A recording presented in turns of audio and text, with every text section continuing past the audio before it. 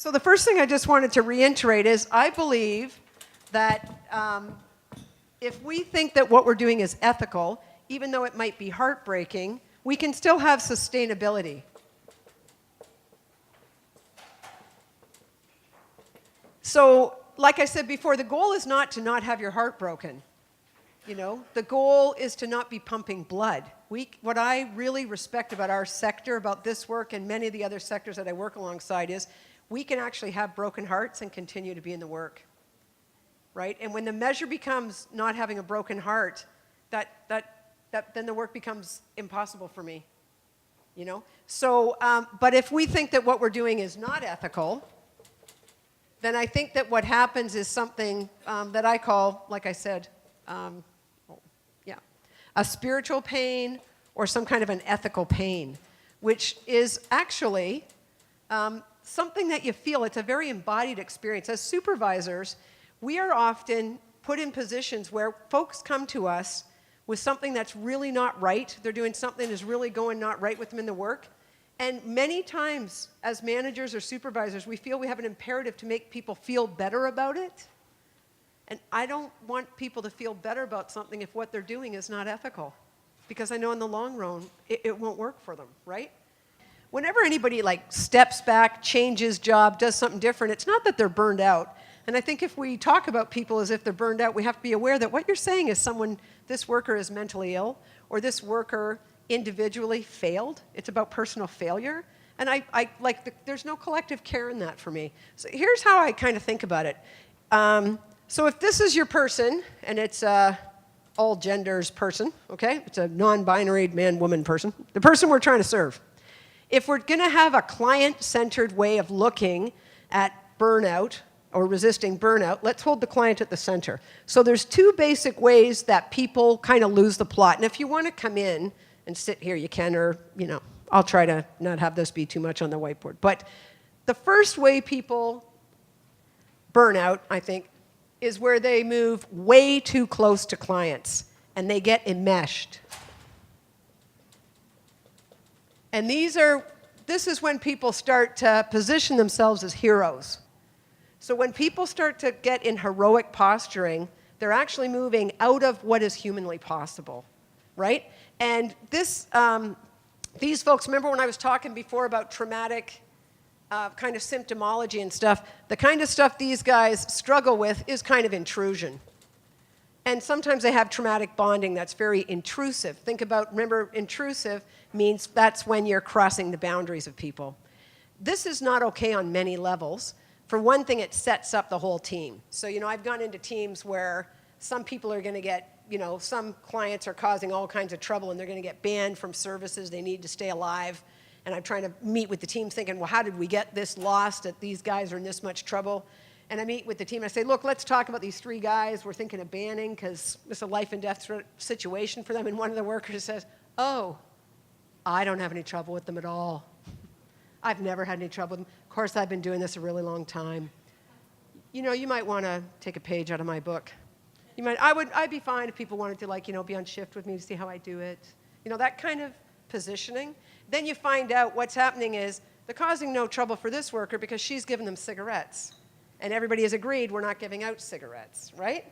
And then when you find out why, she says stuff to me like, well, you're a swimmer, you wouldn't understand. People have nicotine fits, and they need a cigarette. And I'm like, well, do you give up? So you got 100 people who come for, so you're giving out 100 cigarettes a day? No, not everybody. Oh, okay, yeah, what is it? It's special people.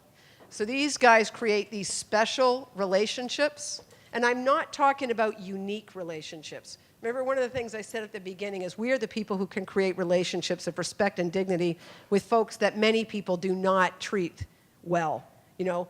And you want different people create relationships with different folks. You want that. Special is something different. It's transgressive, it's enmeshed, and it's crossed those boundaries. And this is the stuff that actually replicates sexual abuse. Sexual abuse, as we all know very well, is not a man you don't know, and it's always only a man, jumping out from a bush with a knife and attacking a kid. That's not what happens. Sexual abuse happens this way. It's engendered in families or in systems where you need something. You know, your family has to live with this family because you don't have enough money for housing. that uncle picks you out for a special relationship. You know, because you're so special, he's going to take you for a movie. On the way to the movie, he sexually abuses you. Then you watch the movie, you get popcorn, you like the popcorn, you don't like the sexual abuse, you're very confused. That's how perpetrators do it, right? That's what it looks like. So when people create these enmeshed relationships that pick out one or two clients and treat them in this higher way that's different than everybody else, and of course they're lone wolves, so you don't let anybody else know that you're doing this, right? When you do all of this, so now you have secrecy. When any worker is doing stuff like that, it replicates sexual abuse. And if that, in particular, that client doesn't know about it, you can bet everybody else does, you know? And so it doesn't just make it unsafe for that client, it makes it unsafe for everybody. This whole heroic posturing, I'm the only one they've got. Once you think about yourselves, once you start to think you're the only one someone's got, you are in trouble. You've moved out of the boundary of what is safe and ethical for you, and you're setting up your whole team. These are the folks that get places closed down. When folks go this far out, they're like, oh, I don't do any of the occupancy, I can't do any of the stats, I can't do any of this because I really just care about the people, right? So what this does is sets them as lone wolves, but it also unloads all of the work that's really hard and arduous and not that fulfilling onto other workers. The other way that people burn out is they get really disconnected from people. Yeah. So it's interesting. These enmeshed folks identify kind of as heroes, and the kind of symptomology they have is like intrusion. The folks who get really disconnected, and you may supervise some of these people, I bet you do. Do you supervise anybody who's actually a victim of their clients? You know, these guys are victims somehow. Wow. You're working with some people who are refugees and survivors of torture, and you are a victim of your clients. Is that totally impossible? Like, do you get that? These guys also, sometimes they're martyrs. You know, they're suffering for the cause or something.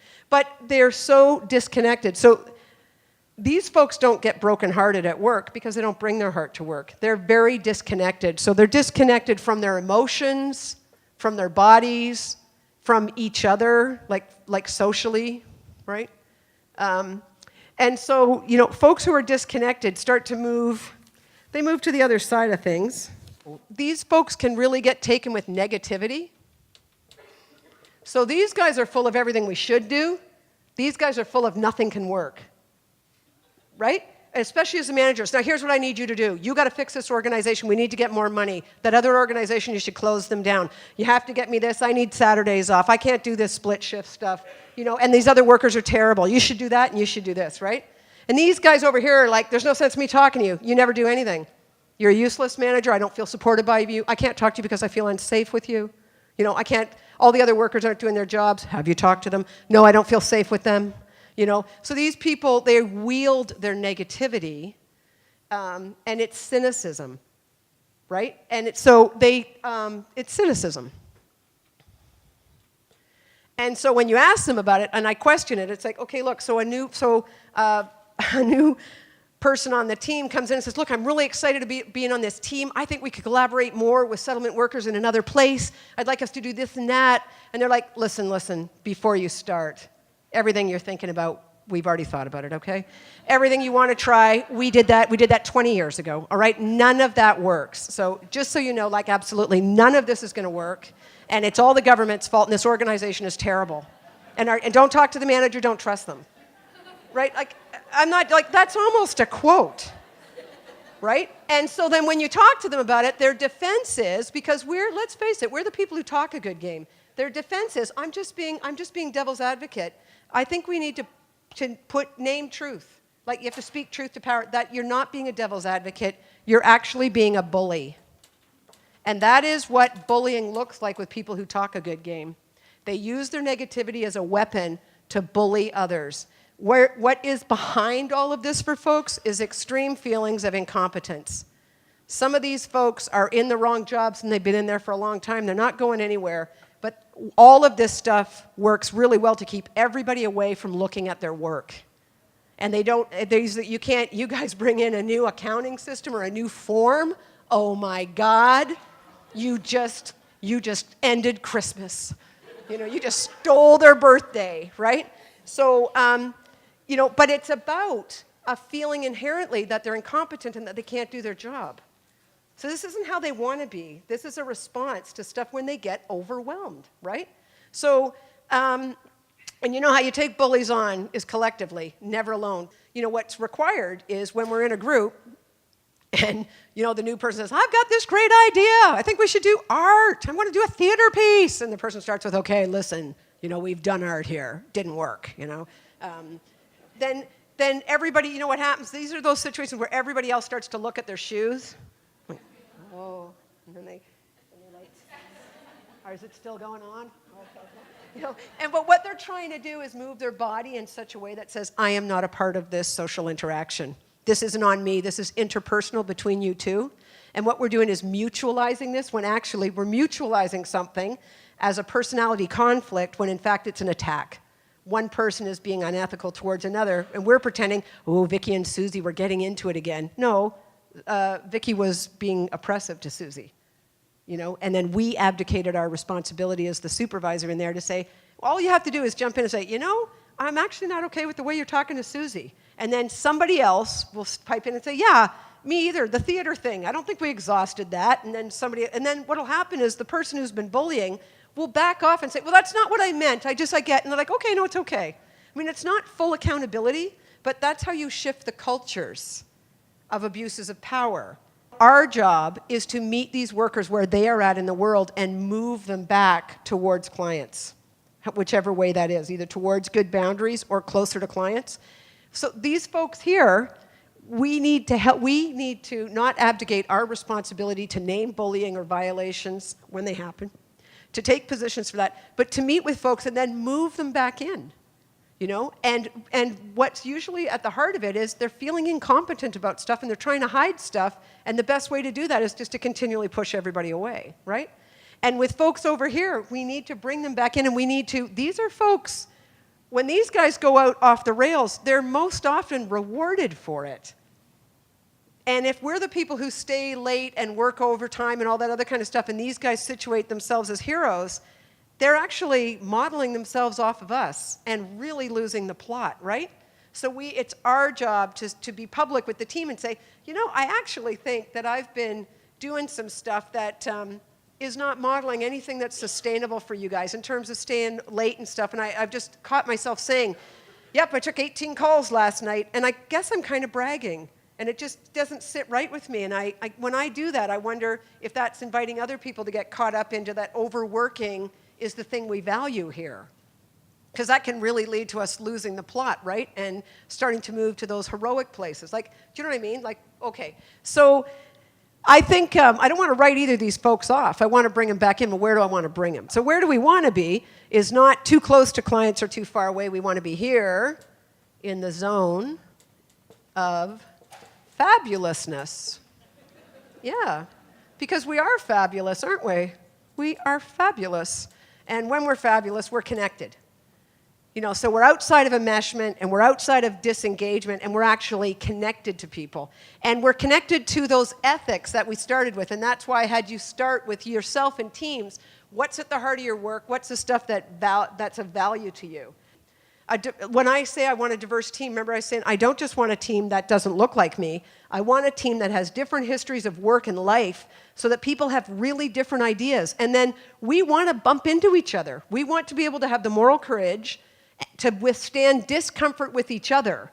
We're not trying to be harmonious as a team because that doesn't serve clients. But the more different ideas we have, the more likely it is we're going to actually come up with something useful for clients. So it's going to be tougher work for us, but better for clients. That's your client-centered team. That's a team that's going to resist burnout, right? So we're trying to be a little bit more collaborative.